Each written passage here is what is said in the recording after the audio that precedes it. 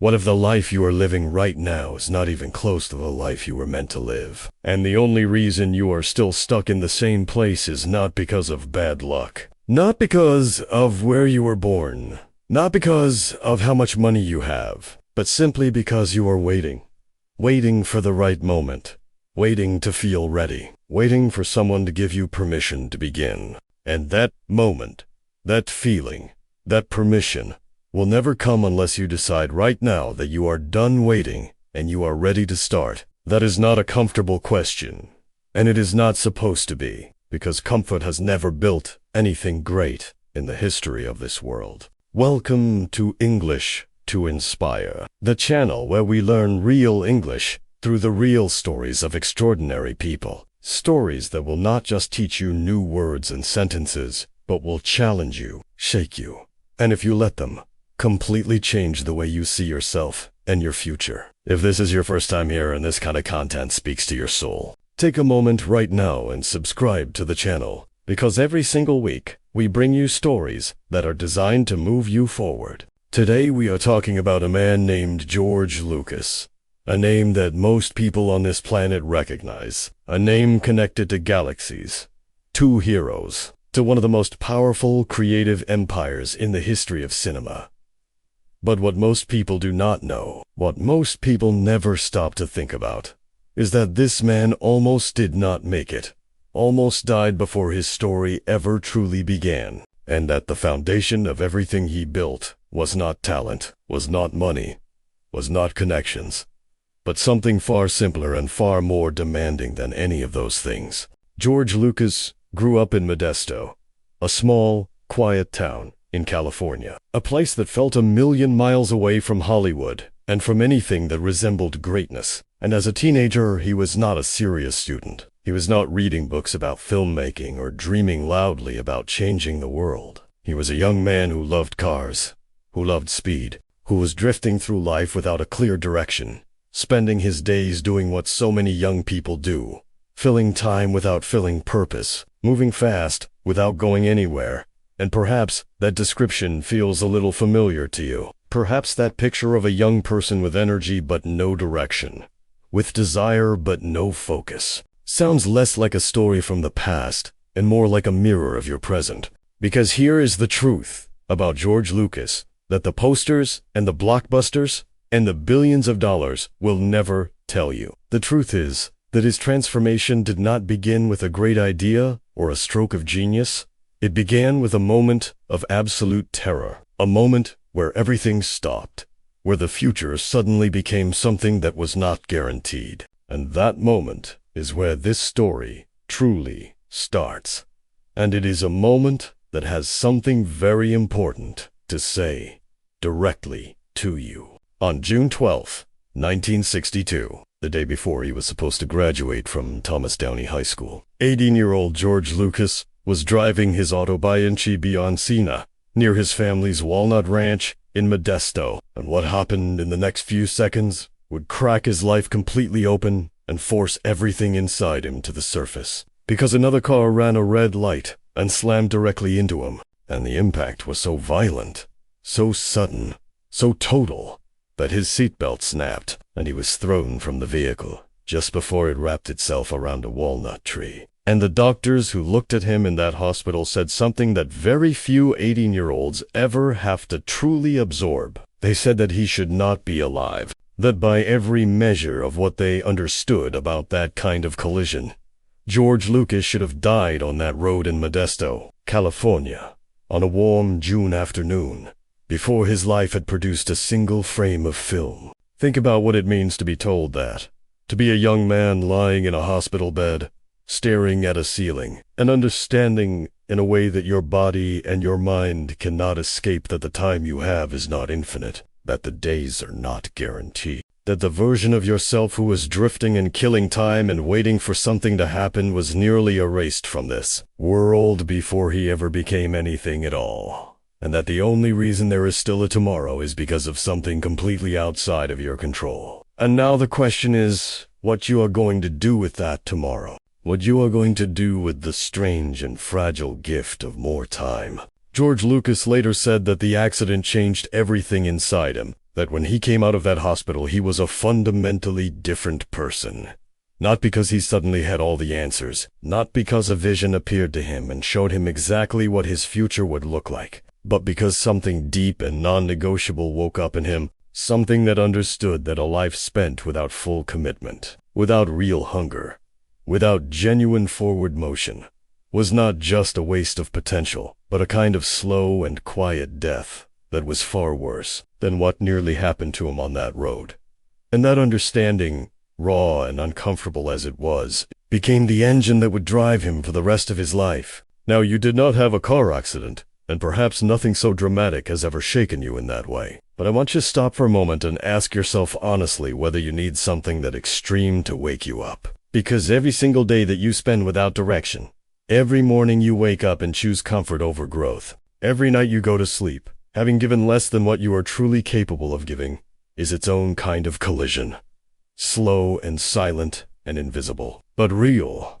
And the damage it does to your life is just as permanent as any accident, because time lost is never recovered, and the person you could have become does not wait for you. Lucas walked out of that hospital and enrolled at Modesto Junior College, and then pushed himself into the University of Southern California School of Cinematic Arts, one of the most competitive film programs in the country, not because he had always dreamed of cinema, but because the accident had burned away everything that was not essential, and left behind only one clear and burning truth: that he was alive, that the clock was running, and that whatever he was going to do with his life, he was going to do it with everything he had. And that fire, born from pain and from almost losing everything, is exactly the fire that you are going to need to understand if you want to follow what comes next in this story. There is a particular kind of person who walks into a room and immediately understands that they have found the place where they belong, where the air feels different, where every conversation energizes instead of drains, where the work does not feel like work, but like breathing. And George Lucas became that person the moment he stepped into the film program at the University of Southern California, because something happened to him there that no classroom in Modesto had ever been able to produce. Something that cannot be taught in a traditional sense, but can only be ignited when the right environment meets a person who is finally ready to burn. And what ignited in Lucas was not just an interest in film, but a complete and total obsession with the language of moving images, with light and shadow and rhythm and story, with the idea that a camera was not just a machine, but a tool for building entire worlds from nothing. He was not the most technically gifted student in that program. He was not the one with the most natural polish or the most impressive academic background. But what he had in a quantity that very few of his classmates could match was hunger, a deep and relentless desire to understand everything, to try everything, to stay in the editing room long after everyone else had gone home, to watch films.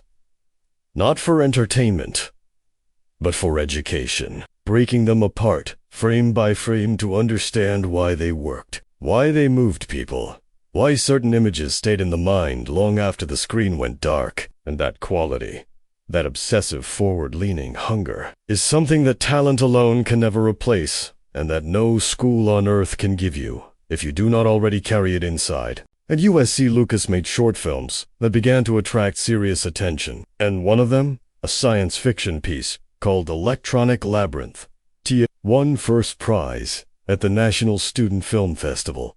And that recognition was not just a trophy, it was a confirmation, a signal from the world that the voice inside him was real, that the things he saw in his mind had value, that the obsession was not madness, but direction. And for a young man who had spent his teenage years without a clear sense of purpose, that confirmation landed with the weight of a revelation, because it told him not just that he could make films, but that his particular way of seeing the world, strange and personal and uncompromising as it was exactly what made his work different from everyone else's. But here, I want to speak to you directly, because this moment in Lucas's story is one of the most important and most misunderstood lessons that his life has to offer. And it is this: the thing that changed George Lucas at USC was not the equipment.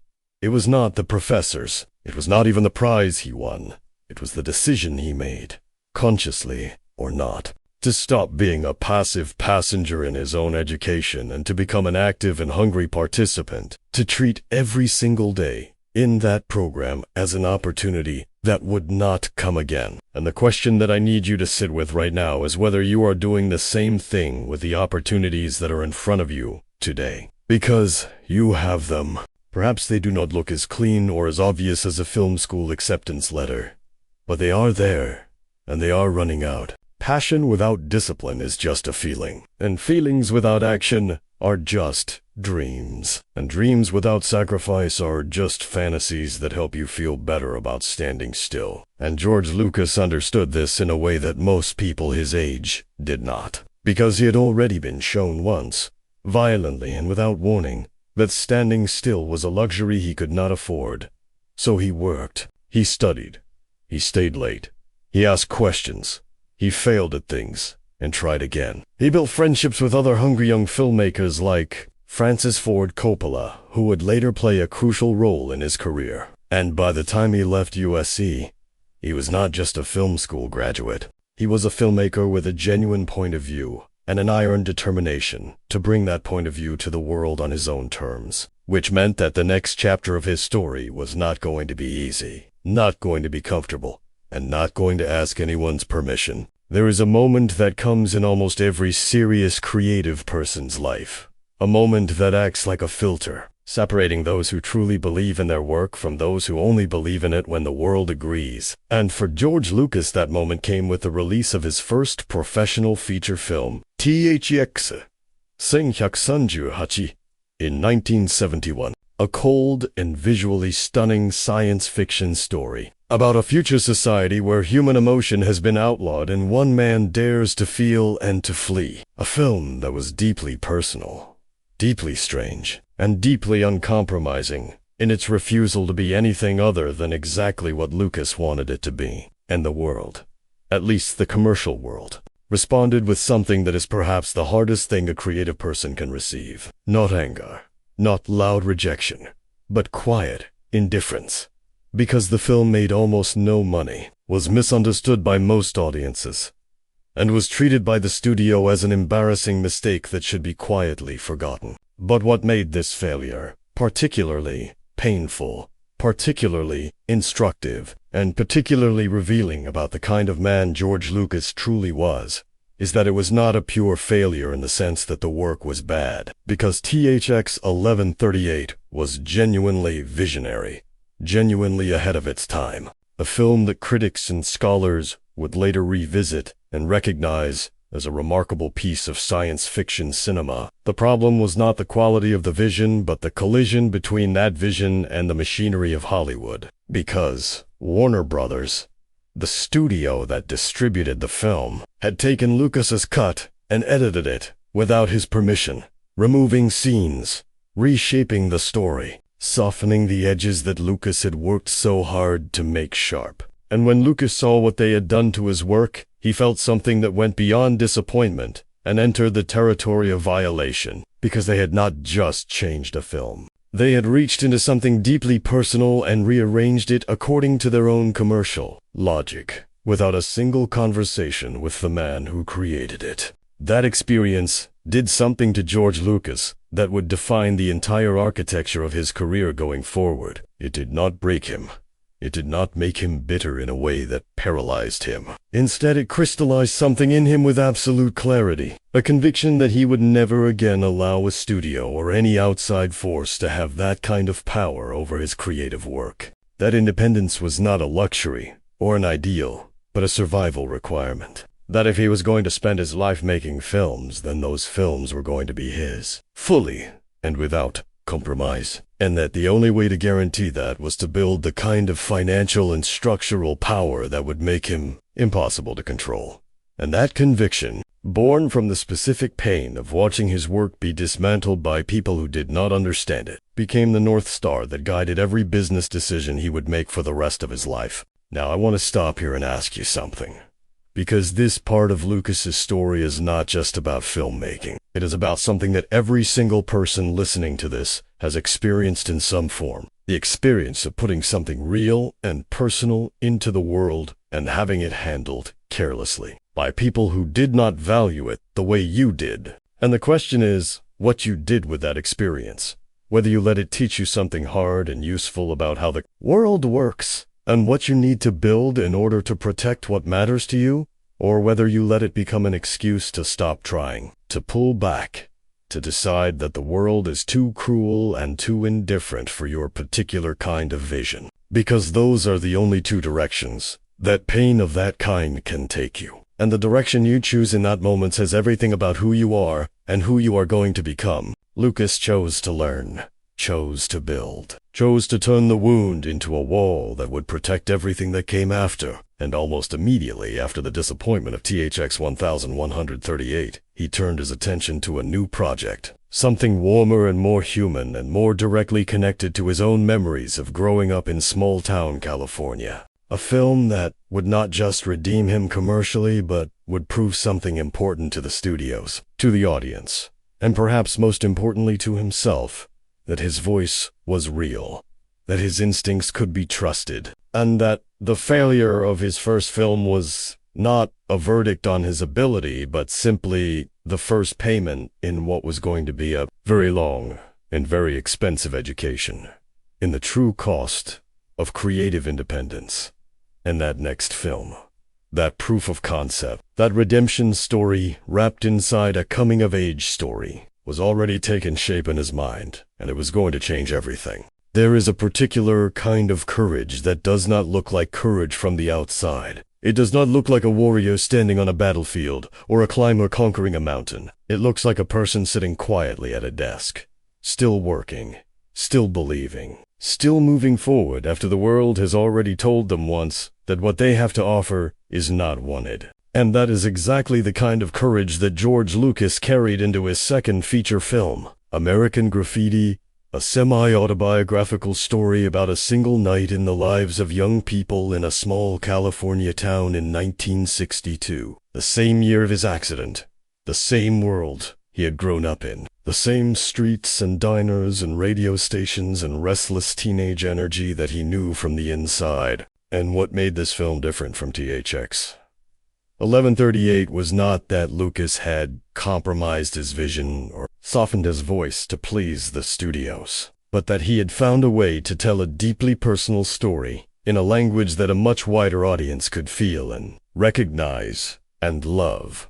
The studios were not immediately enthusiastic, because Lucas was still the man whose first film had lost money. Still the young director with the uncomfortable reputation for being difficult and uncompromising, and Universal Pictures agreed to make the film only with a very small budget. So small that Lucas and his team had to work with extraordinary discipline and creativity to bring the story to life. Shooting at night in real locations, working with a cast of young and largely unknown actors, solving problems in real time with limited resources and no safety net. And what that pressure produced was not a compromise, but a miracle. Because American Graffiti came out in 1973 and it became one of the most profitable films in Hollywood history relative to its budget, earning over $100 million against a production cost of less than $800,000. And suddenly, George Lucas was not the man whose first film had failed. He was one of the most commercially powerful young directors in the entire industry.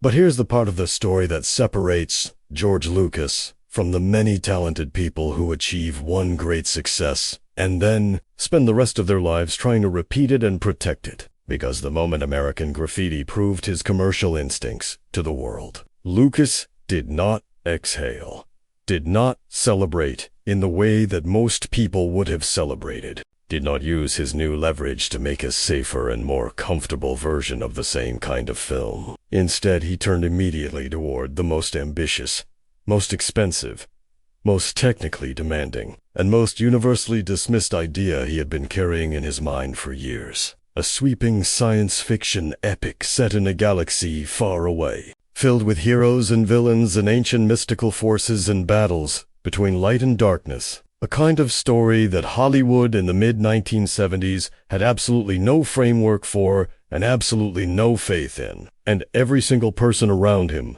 with very few exceptions, told him he was making a catastrophic mistake. And I need you to feel the weight of that moment because it is easy to hear a story like this from the other side of history, from a place where we already know how it ends.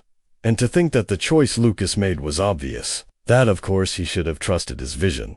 That, of course, Star Wars was going to change the world. But in 1973 and 1974 and 1975, there was no of course. There was only a man with an idea that nobody wanted. A track record of one commercial success and one commercial failure. A Hollywood system that was deeply skeptical of expensive science fiction, and a level of personal, financial, and professional risk that would have stopped the vast majority of talented and ambitious people cold. And the question that his choice puts directly to you is whether you are letting the absence of guarantees stop you from moving toward the thing that you know, deep and honestly, you are supposed to be building. Because the pattern of Lucas's life up to this point is not a story about a genius who succeeded because success was inevitable. It is a story about a person who is willing to keep paying the price that most people decide is too high. The price of rejection, the price of doubt, the price of working without validation, the price of betting on yourself when the evidence is mixed and the voices around. You are cautious, and the comfortable path is right there, available and waiting. And American Graffiti had just handed Lucas the most comfortable path of his career. An open invitation to make safe films for large audiences and live very well and be respected and never have to fight the way he had been fighting. And he looked at that path and he turned away from it and walked directly toward the hardest thing he had ever attempted. Because somewhere inside him the accident was still speaking. The clock was still running, and he was not done yet. If you have ever started something that truly mattered to you and felt the ground disappear beneath your feet, somewhere in the middle of it, felt the moment when the gap between what you imagined and what you are actually producing becomes so wide and so terrifying that you genuinely begin to wonder whether you were ever qualified to attempt this at all, then you already understand something essential about the making of Star Wars. Because the production of that film between 1975 and 1977 was not the smooth and triumphant march toward greatness that the mythology of its success has made it appear to be in the decades since. It was a daily war. A grinding and exhausting and deeply demoralizing battle against technical problems that had never been solved before. Against a crew that was frequently confused and frustrated. Against a studio that had very little faith in what they were watching. And against the loudest and most dangerous enemy of all. The voice inside George Lucas himself that whispered every single morning that the whole thing was falling apart. The shoot took place largely in Tunisia for the desert sequences and at Elstree Studios in England for the interior scenes, and almost nothing went smoothly. The sand and heat of Tunisia destroyed equipment and exhausted the cast and crew. The mechanical robots that were supposed to move and perform refused to function reliably. The English crew was professional but deeply skeptical of the material they were being asked to bring to life. And Lucas, who is not by nature a loud or aggressive director, who communicated in a quiet and internal way that worked beautifully in smaller and more controlled environments, found himself struggling to translate the vast and complex universe inside his head into clear and executable instructions for the hundreds of people who needed his direction every single day.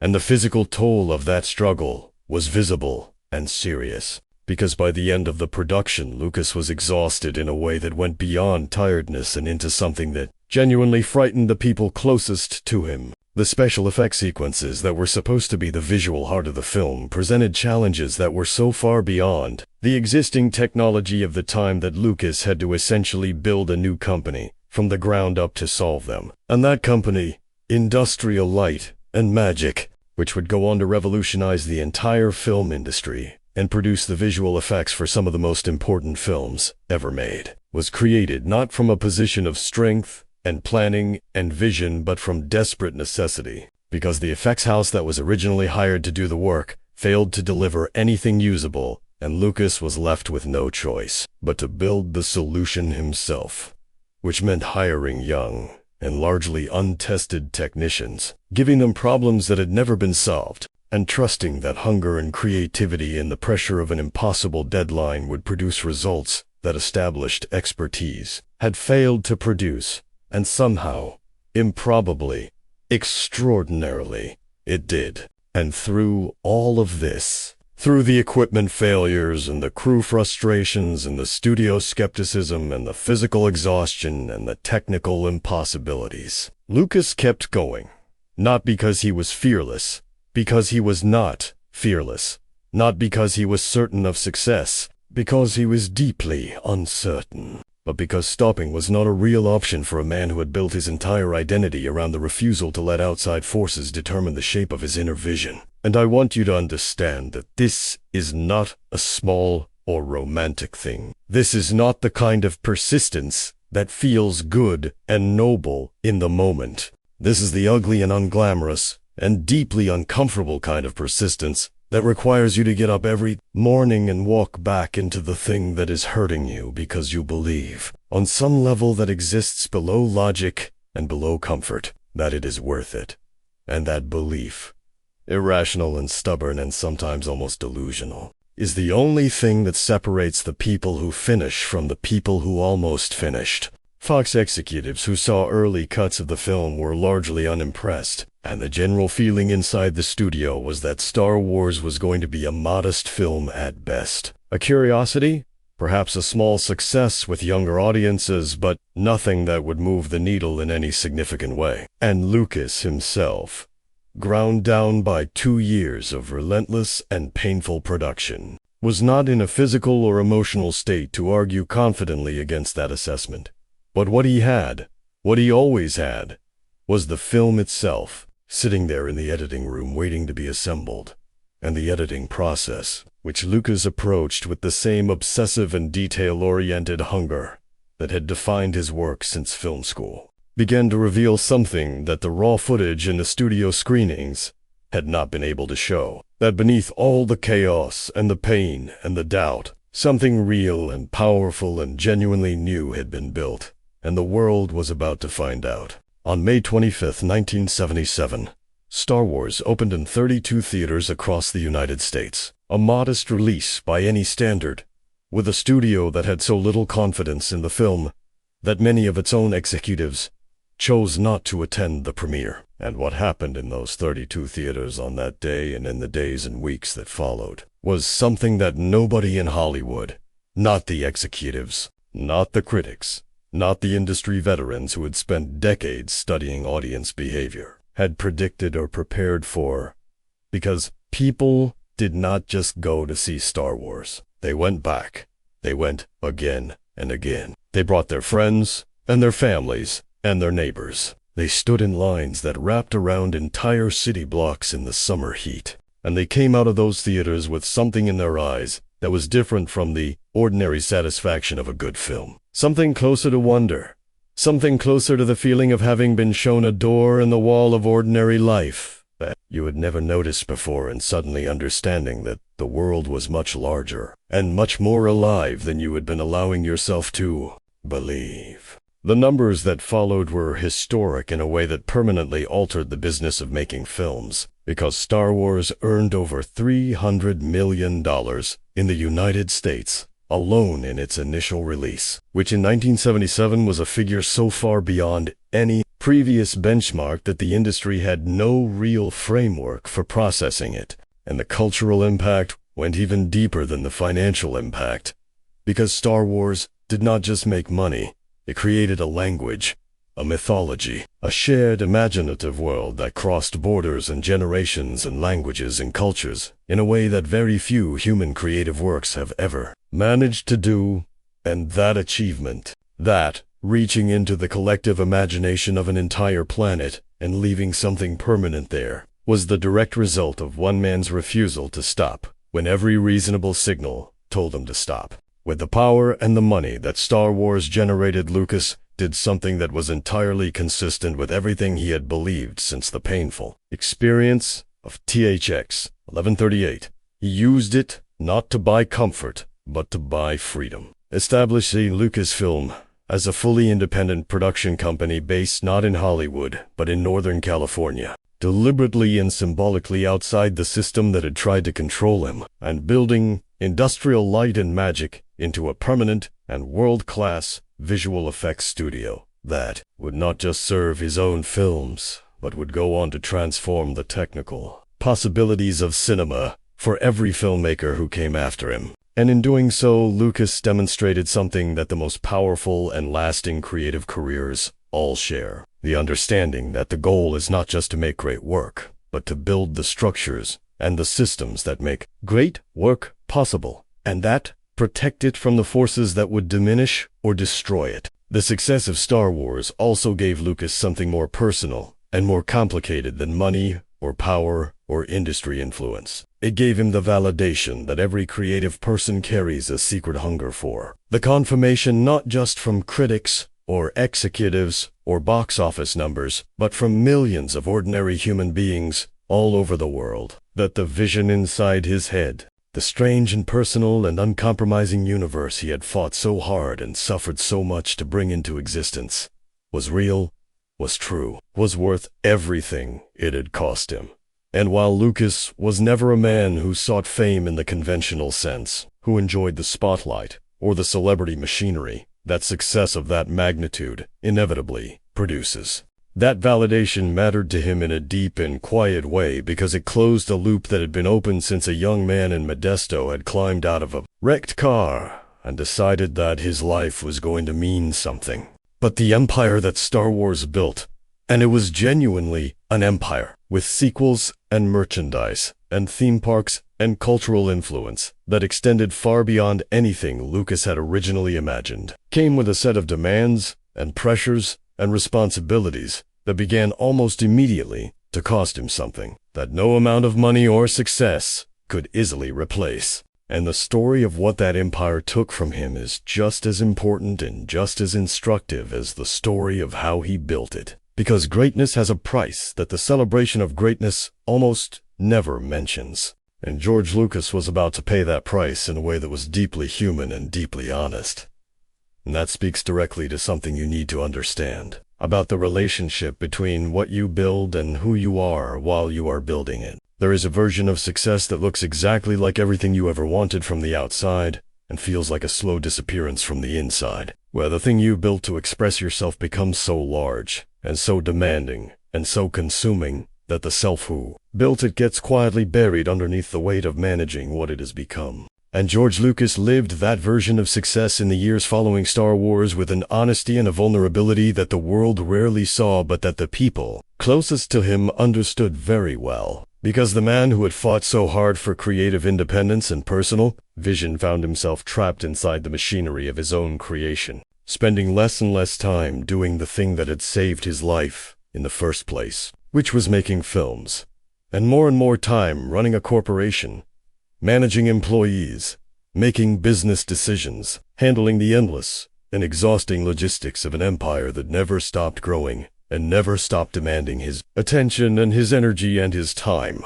The physical costs had already begun during the production of Star Wars itself, where the stress and the pressure had pushed Lucas to the edge of what his body could sustain. And in the years that followed the film's success, the physical costs continued to accumulate, with Lucas experiencing serious health problems that his doctors connected directly to the chronic stress of managing everything he was responsible for. And he spoke in interviews during this period with a quiet and almost bewildered honesty about the gap between the life he had imagined success would bring him and the life he was actually living. Because he had imagined that financial independence would mean creative freedom, that building his own company outside Hollywood would mean more time for the work he loved. And what he discovered instead was that independence at that scale simply meant that the prison was one he had built himself, which in some ways made it harder to leave, because the walls were made of things he cared about and people who depended on him. His marriage to editor Marshall Lucas, who had been a crucial creative partner and emotional anchor throughout the most difficult years of his career, ended in divorce in 1983. And while Lucas has always spoken about this with great privacy and great dignity, the loss was real and deep, and arrived at a moment when he was already depleted in ways that made it particularly hard to absorb. And what this chapter of his life illustrates with uncomfortable clarity is something that nobody who is building something ambitious and meaningful wants to hear, but that everyone who is building something ambitious and meaningful needs to hear, which is that the work cannot be the only thing, that a life built entirely around a single obsessive pursuit at the expense of everything else. At the expense of health and relationships and rest and joy and the ordinary human pleasures that make life feel worth living is not a complete life, no matter how impressive the achievements it produces. And I am saying this to you directly because I know that many of you listening to this are builders, are dreamers, are people with fire in your chest and a vision in your mind and a deep impatience with anything that feels like it is slowing you down or pulling you away from the thing you are trying to create. And I am not telling you to want less, or to work less, or to care less. I am telling you to look at George Lucas in this chapter of his story and understand that the strongest and most lasting version of what you are building requires you to also build the person who is doing the building, to protect your health, to protect your relationships, to protect the parts of yourself that exist outside of the work, because those parts are not distractions from your purpose. They are the foundation that your purpose stands on, and when the foundation cracks, the whole structure becomes fragile in ways that no amount of success can fix. Lucas had given the world an entire galaxy, and in doing so, had spent parts of himself that took a very long time to recover. And the response he chose, the decision he made about what to do next, was not the response of a man who had given up, or a man who had been defeated. It was the response of a man who finally understood something about himself that the accident in Modesto had begun to teach him, and that decades of relentless work had both reinforced and obscured, which was that the point was never the empire. The point was never the money, or the power, or the cultural influence, or the historic box office numbers. The point had always been the act of creation itself, the pure and private and deeply personal act of making something out of nothing, and protecting that act required him to make some of the hardest choices of his life. Choices about what to step back from and what to protect, and what kind of man he still wanted to be when the noise of everything he had built finally went quiet enough for him to hear himself think. There is a particular kind of strength that the world almost never celebrates because it does not look strong from the outside. It does not look like charging forward or conquering new territory or producing more and more and more. It looks like stopping, like stepping back, like choosing silence over noise and depth over volume. And after the completion of Return of the Jedi in 1983, George Lucas made exactly that kind of choice, withdrawing from directing feature films for a period that would stretch across more than 2 decades, stepping away from the center of the Hollywood machine that his own success had helped to build, and focusing instead on being a father to his 3 adopted children, on running Lucasfilm and Industrial Light and Magic as business enterprises, on the quieter and less visible work of a man who had spent everything he had on the battlefield and needed time to remember who he was when he was not at war. The world did not always understand or respect that choice, because the world has a particular hunger for the people it has decided are great, a hunger that does not pause or feel satisfied, and that tends to interpret silence as failure and withdrawal as defeat. And there were years during that long pause when the cultural conversation around George Lucas was not entirely kind, when the question being asked in film circles and entertainment publications was not, what is he building now, but whether the great creative force that had produced Star Wars had simply run out of fuel. And Lucas, who had never been a man who needed the world's approval to know his own worth, let those conversations happen around him without allowing them to pull him back before he was ready. Because he understood something that most people who are driven by external validation never fully learn, which is that the opinion of the crowd is not a reliable measure of the value of what you are doing with your time. When he finally returned to the Star Wars universe with the prequel trilogy, beginning with The Phantom Menace in 1999, the response from a significant portion of the audience and the critical community was harsh in a way that was personal as well as professional, because these were not just films being criticized. They were the continuation of something that millions of people had grown up with and had formed deep emotional attachments to. And when the new films did not match the memory and the mythology of the originals, the disappointment of that audience came back at Lucas with a force and a bitterness that genuinely affected him. And he spoke in later years about how painful it was to have work that he had put his full creative self into received with that level of hostility by people who had once celebrated him as a visionary. But here is what I need you to understand about George Lucas and the prequel trilogy, and about any creator or builder or dreamer who has ever been loudly criticized for work they genuinely believed in, which is that the criticism, however loud, however widespread, however personal it felt, did not change the fundamental truth of what Lucas was doing. He was creating. He was expressing. He was bringing the universe inside his head into the physical world, with honesty and commitment and full personal investment. And the fact that the result did not satisfy everyone, did not live up to every expectation, did not silence every critic, does not make the act of creation a failure, because the standard by which a creative life should be measured is not whether every single thing you make is universally loved, but whether you had the courage to keep making things honestly and without apology, regardless of what the response might be. Because the alternative, the life of the person who stops creating because they are afraid of being criticized, who pulls back their real vision and replaces it with a safer and more crowd-pleasing version of themselves, who lets the noise of other people's opinions drown out the signal of their own inner truth. That life is not a protected life. It is a diminished one.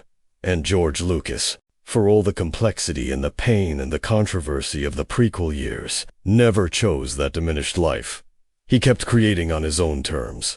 He kept building. He eventually sold Lucasfilm to Disney in 2012 for over $4 billion and used a significant portion of that money to fund an independent museum dedicated to narrative art. Yet another act of a man who was always more interested in building something lasting than in simply accumulating what he had already earned. And the lesson of that entire arc, from the long silence to the controversial return to the quiet and dignified exit, is a lesson about something that sits at the very center of everything this channel exists to say to you, which is that your creative life, your real life, the life you are meant to be living, does not belong to the crowd.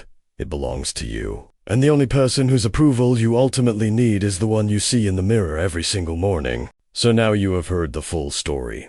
The boy in Modesto who was going nowhere. The young man who was thrown from a car and given back his life without any explanation or any guarantee that he deserved it. The student who found his fire and refused to let anyone extinguish it. The filmmaker who was humiliated and violated and came back stronger and more determined than before. The visionary who was told no and kept going, who was exhausted and kept going, who was doubted and kept going, who was criticized by millions of people and kept going, who built an empire and lost himself inside it, and found himself again, and kept going. And the question that all of that adds up to, the question that the entire arc of George Lucas's life is pointing directly at you right now, is not whether his story is impressive. Because of course, it is impressive. The question is what you are going to do with it. What you are going to carry out of this story and into the actual living hours of your actual life, starting from this moment. Because stories like this one are not meant to be admired from a distance. They are not meant to make you feel good about humanity in a general and comfortable way that requires nothing from you. They are meant to act like a mirror. A hard and honest and sometimes unflattering mirror. And when you hold the mirror of George Lucas's life up to your own and you look at what you see, really look, without the comfortable excuses and the reasonable justifications and the carefully constructed explanations for why your situation is different and why the rules that applied to him do not quite apply to you, what do you actually see? Do you see a person who is living with the full weight of their potential? Or do you see a person who is managing a very careful and very safe distance from it? Close enough to feel the warmth of what they could be, but never quite close enough to actually become it. George Lucas was not given more time than you. He was given the same 24 hours that you have today, and that you had yesterday, and that you will have tomorrow if you are fortunate enough to see it. And the difference between what he did with his time and what most people do with their time is not a difference of talent or circumstance or luck. It is a difference of decision. A decision made not once in a dramatic moment, but thousands of times in small and ordinary moments. The decision to work instead of wait, to create instead of consume, to move toward the fear instead of away from it, to keep going when the reasonable and comfortable and socially acceptable thing to do would be to stop. And that decision is available to you right now, today. In whatever form your particular life and your particular gifts and your particular hunger require it to take. You have something inside you that the world has not seen yet. A galaxy that exists only in your mind.